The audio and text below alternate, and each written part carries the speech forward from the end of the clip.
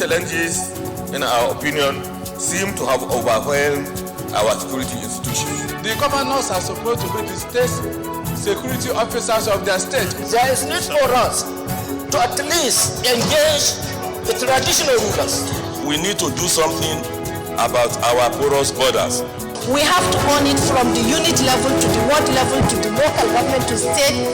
Mr. President, the importance of today for us is for us to take action. Those in favor say aye. Those against say nay. The ayes have it.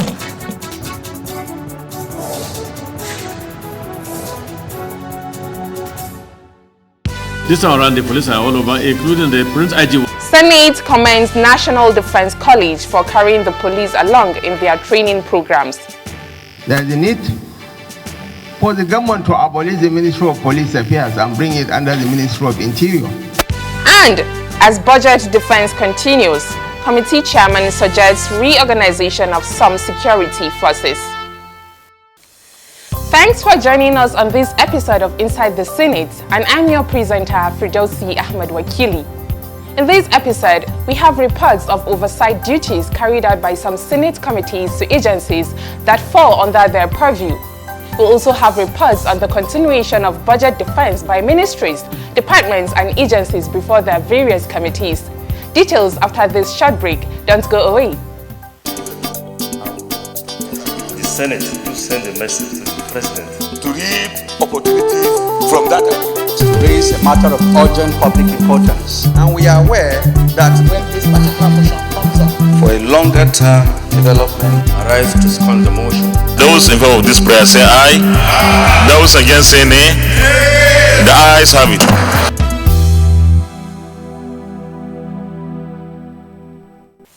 Welcome back. We'll start with a report of an oversight by the Senate Committee on Defense as it visited some high-profile military institutions under its supervision. This was on Wednesday, the 27th of October 2021. The report is compiled and presented from our studio.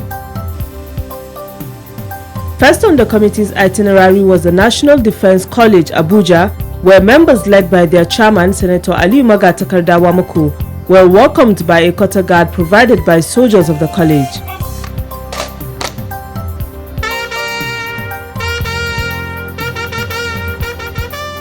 Later in the conference room, the Commandant, Rear Admiral O.B. Daji, amongst other things, disclosed that the institution has broadened its curriculum to also train officers of the Nigerian police. The committee chairman expressed delight at this development. Back in 1984-83, when I was in Abuja doing my master's program, one program I passed, any course attend, I found military patrol in those courses, but the police are nowhere to be found. But this time around, the police are all over, including the Prince IG was a part of this very situation. I'm happy to have seen that happen in this country, because training and retraining, part of the growth and capability of each and every service. One good thing about the Nigerian military, I must say, that they're insistent on training and retraining, be it in JAGI, in the NDA, in the NDC, and all other universities within and abroad, Pakistan, all over the world. It was also reported during the interaction that one of the major problems facing the college is the non-completion of their permanent site, occasioned by the envelope system of budgeting. Some committee members observed that this may not help and suggested ways out. This envelope budgeting system cannot and can never finance the completion of this permanent site. We need to sit with the contractors and sit with the management. Let us look beyond the surface. Let us sit down and look critically at the infrastructure. What was budgeted to complete this project ab initio? The issue of the head office complex has been a lingering issue. I don't know whether budget, our current envelope budget, can be able to handle it. We didn't know. Maybe if we had known when they were bringing this supplementary budget for all the forces, I'm sure some forces got outside ammunition and war equipment, also get some such other things. Maybe we will have done that suggestion. A member sought to know what the college has done to help the nation's fighting forces confront the complex and asymmetrical warfare engaged by criminals against Nigerians. the military have not been exposed initially to the kind of asymmetric warfare that we are confronted with. What are you doing as an institution that is the elite, the foremost institution that prepares, equips, and provides the capacity of the manpower that we need in the country? The research aspect, which both the participants of the Defense College and also the Center for Strategic Research and Studies also undertake research in all of this asymmetric warfare. For instance, the Center for Strategic Research and Studies are undergoing a final phase of field validation, which was started in 2019, to look at the issues in profile solutions. The committee also visited the Defense Space Administration and were received on arrival by the Chief of Defense Space Administration, Rear Admiral W.O. Kayoda. In a welcome address, the Chief of Defense Space Administration, Rear Admiral Kayoda, expressed happiness at the cooperation being enjoyed from the committee. And let me also quick to appreciate the support of this distinguished committee. Since my assumption of command, I have enjoyed an overwhelming support from distinguished Senator Wamako and his team. I must put it on record that most of the space critical infrastructure that are coming on stream now were his handiwork, dedicated support, right from the time we carried out the defense of the 2020 budget. We are all concerned. Also speaking, the chairman acknowledged the challenge of insecurity facing the nation, but said it can be resolved the way the other challenges were resolved in the past. For those who are old enough to digest 30-month bad civil war, with the inner riot, TV uprising, obviously all those kind of other challenges that the nation has faced, most of them are now part of our history.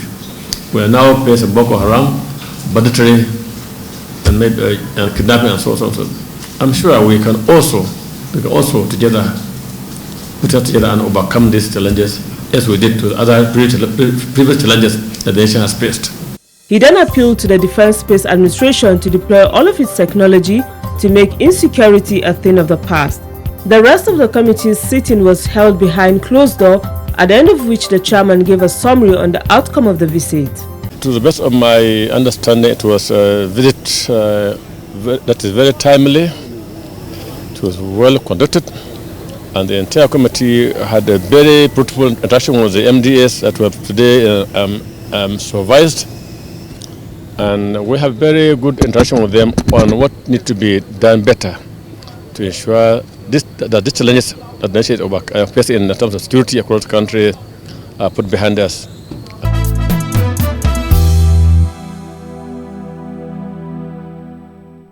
In a similar development, the Committee on Police Affairs also oversighted some of the organizations it supervises.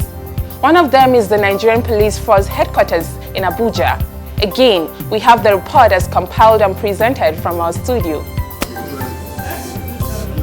On arrival at the Force Headquarters, Abuja, the committee's interaction with the nation's police high command was held behind closed doors for security reasons. At the end, the chairman, Senator Haliru Dauda Jika, gave an insight into some of the issues that came up. In terms of training and retraining, welfare and equipment of the men and officers of the Nigerian police, which we have a fruitful discussion, and we will go back as legislators to see how possible we can address those gray areas in the 2022 budget. The Inspector General of Police, Mr. Usman Baba Al-Kali, was represented by the Deputy Inspector General of Police in charge of criminal investigations, Mr. Joseph Ebunike. In a vote of thanks, he expressed optimism at the implementation of all the issues raised during the closed-door meeting. A very efficient and a very mobile police force. And from what you just told us, and from what we have just heard, it assures that there is a great future for this country. We want to thank you again, I will pray that all what we just said will materialize. From the headquarters, the committee visited the Ministry of Police Affairs, where the Minister Alhaji Muhammad Megari Ingiadi briefed them of recent efforts to deploy modern communication technology for the enhancement of police duties in Nigeria. Within the period under review, the Ministry obtained approval from the Federal Executive Council for the concession of the $470 million moribund National Public Security Communication Network, which has close-sight to television, that is CCTV, project as a major component. Intervention on the project is aimed at reviving this project due to its critical importance in the security architecture of this country. On the community policing initiative of the federal government, he disclosed that 25,000 special police personnel have been recruited and trained in the various police colleges in Nigeria and posted to their communities of origin to aid intelligence gathering and improve police visibility, among other duties. Other discussions were held behind closed doors. Let's now take a short break for our notebook. When we return, details from the committee rooms where senators interacted with the MDAs on budget matters. Stay tuned, please.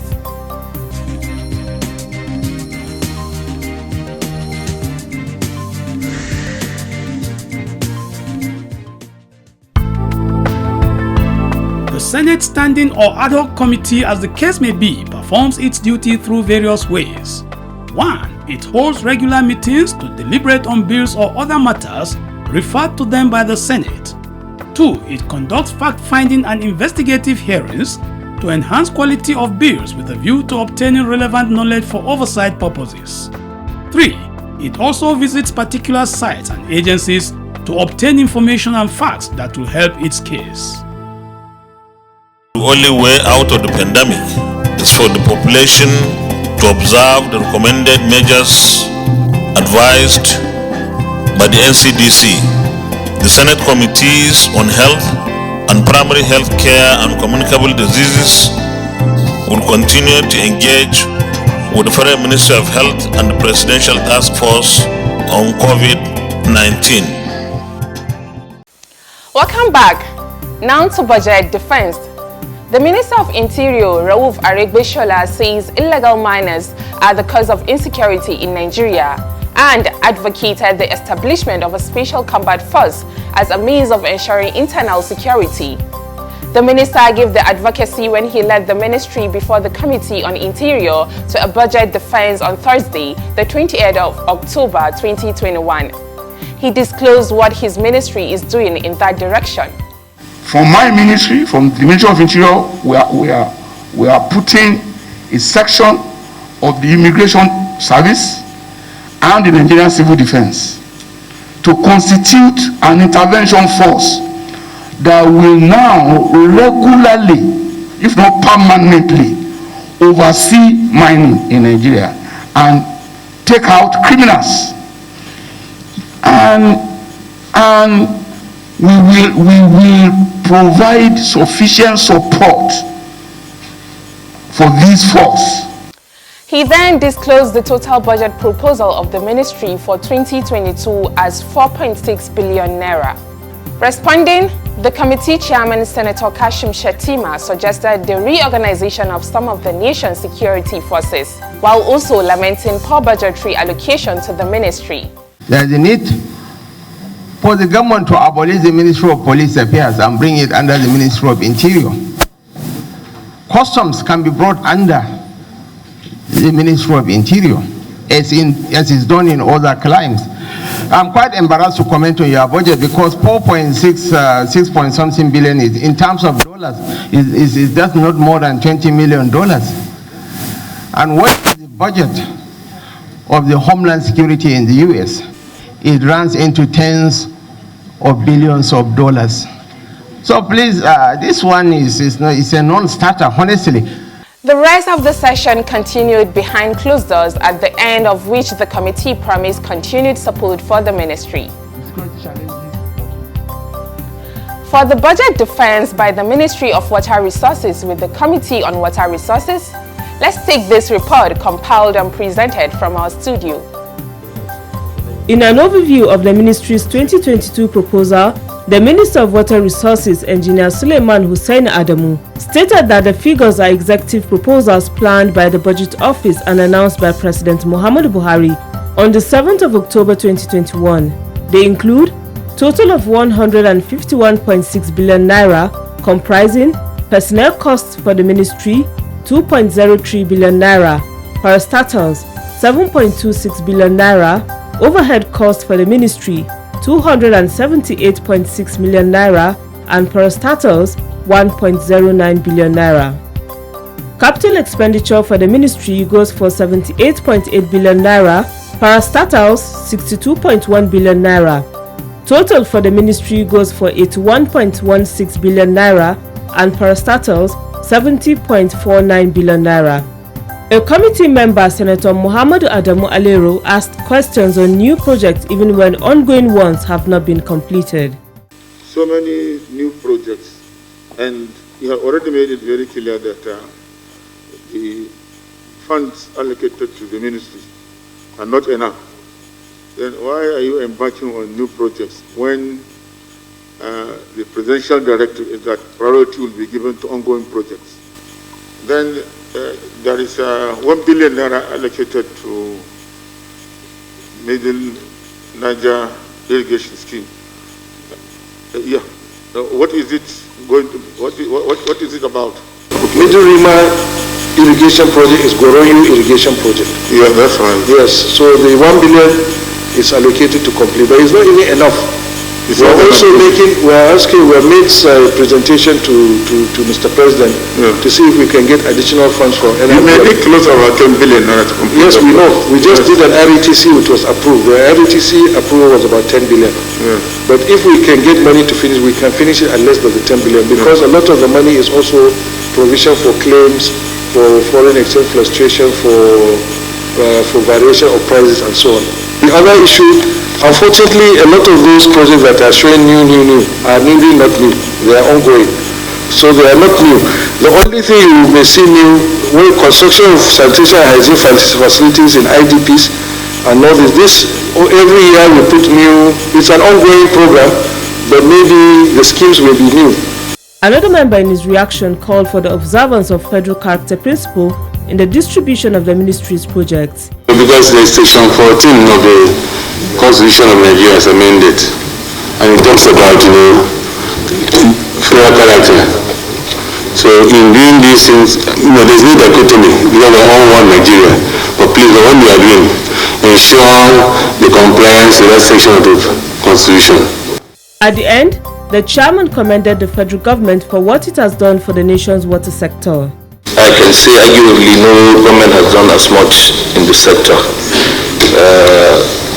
This is worth commending, and I believe we'll do more. I'm sure before the end of this tenure we'll be able to complete so many projects.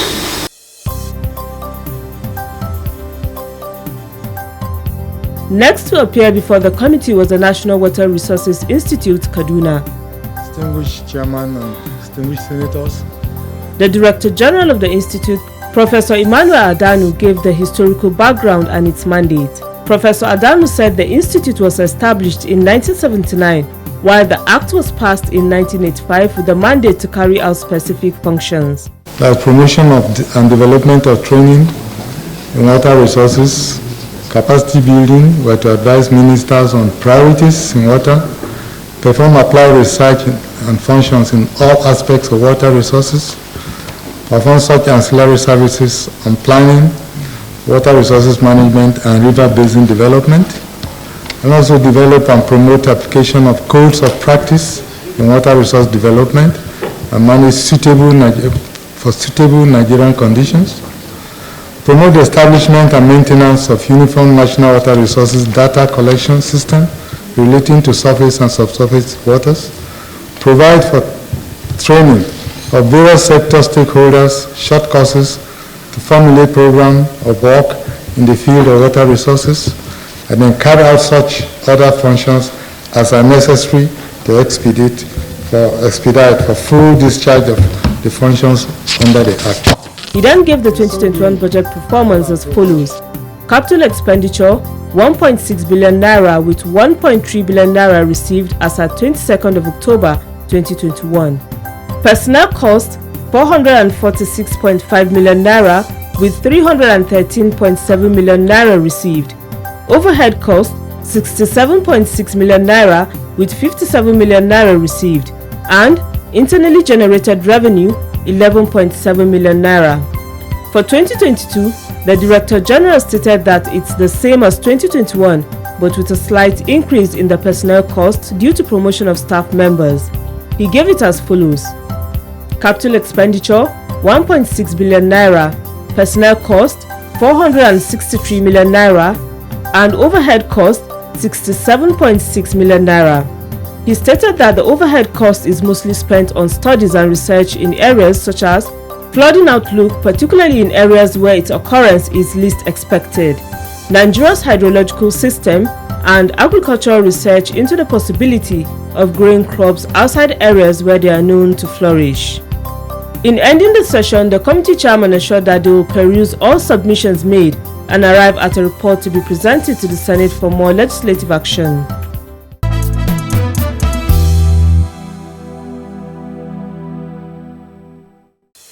Those were reports from the ongoing budget defense exercise. Next is the profile segment. Stand by for our Senator of the Week.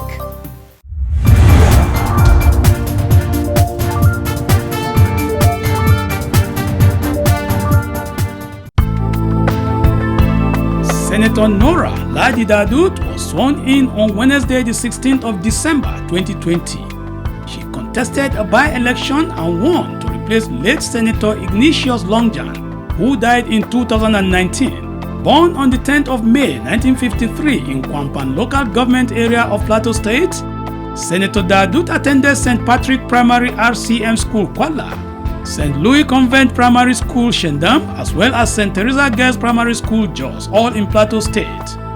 Due to her brilliance in academics, Senator Dadut skipped classes to achieve her first school leaving certificate in 5 years between 1960 and 1965. For secondary education, Senator Dadut attended Fatima Secondary School, Mina, now Father O'Connell Secondary School, between 1966 and 1970 for her West African School certificate.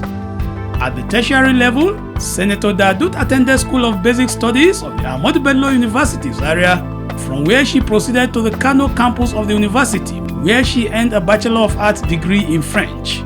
She thereafter won a scholarship to the University of Bordeaux III in France, where she earned her Master of Arts degree in French in 1976. She also went to the University of Jos for a postgraduate diploma in education in 1982 and returned to ABU Zaria for her PhD in French in 1991. During the period of academic pursuit, Senator Nora Ladi Dadut also attended various courses in Senegal, Benin Republic, as well as other countries across the world to acquire more polish in French. Before contesting and winning election to the Senate under the APC, Senator Nora Ladi Dadut held the position of Professor of French and Head of Department of French, University of Jos, Plateau State. She also held various teaching and educational administration positions in the education sector of Plateau State and was also part-time lecturer of the Nigerian Institute of Journalism, NIJ, in Lagos.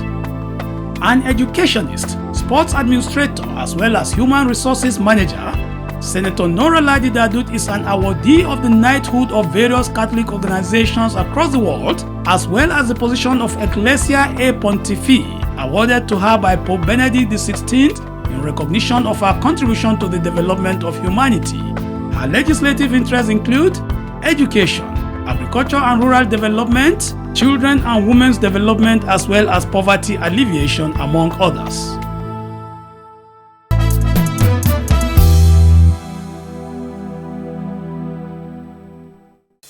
Do you have an experience you would like to share with us and other Nigerians about the Nigerian legislature?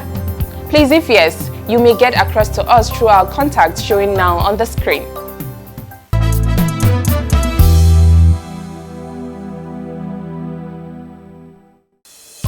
This brings us to the end of this week's episode of the program.